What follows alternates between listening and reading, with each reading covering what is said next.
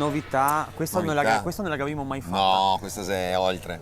Questa sembra fare una roba un po' nuova. Allora, voi che avete mai partecipato a una caccia al tesoro? Sì, tutti che partecipano a una caccia al tesoro, ma robe banalotte, in cui uno magari, non so, alla fine che aveva il portacciale. Ma che aveva partecipato a una caccia al tesoro in cui alla fine viene Walter a consegnarvi a casa o dove che volevo io un panettone, dove che volevo io a Trieste. Ah, ecco. Un panettone di 5 kg artigianale. Artigianale, chiaramente, siccome sei Walter, su un panettone Ulcigrai, dopo su un combinazione che siamo qua, proprio qua. Ovviamente su un panettone Ulcigrai, non può essere diversamente. Cioè un panettone normale che ha circa 1 chilo più o meno, che ho visto qui dentro, 5 kg, prova a immaginarvi. E prova a immaginarvi che fa questo regalo a qualchidun. Se 10 prove. Se le superè tutte, che sarà tutte delle istruzioni via via sempre più complicate, e il primo che risponde a tutte le domande, il primo però, che avrà questo privilegio.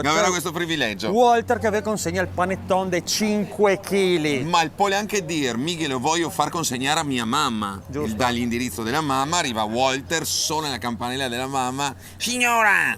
O Nella, che vuole. Però ogni due giorni che sarà una. Sì. Oggi è la prima. Questa è facile. Sì. È facile. Dove rispondere a questa domanda? Qual è il nome? Non è il cognome, è il nome. Di un personaggio famoso nato a Trieste nel 23 ottobre 1894. 23 ottobre 1894. E dove scrivere la risposta? Dove scrivere la risposta entrando nel gruppo Facebook, questo qua. Panettone di 5 kg. Come scritto così? Così. Basta. Quindi dovete mettere il fermo immagine, mettere in pausa, guardare come che è la scritta giusta e dopo panettone. Per entrarvi iscrivere, per rispondere alla domanda che avevamo fatto come ammissione, entrerete nel gruppo. Sarà concesso di entrare in questo gruppo. E fra 2 giorni arriva la seconda prova. Sarà delle sorprese per i primi 10 comunque che si è impegnato. Avrà delle sorprese per i primi 10 che si è impegnato. Che ha finito tutto il percorso però.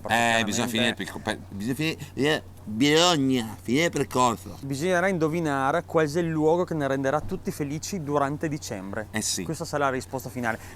Siamo un poco vaghi adesso, però sarà un posto in Trieste. Sì. Per rendere le persone felici, soprattutto i golosetti.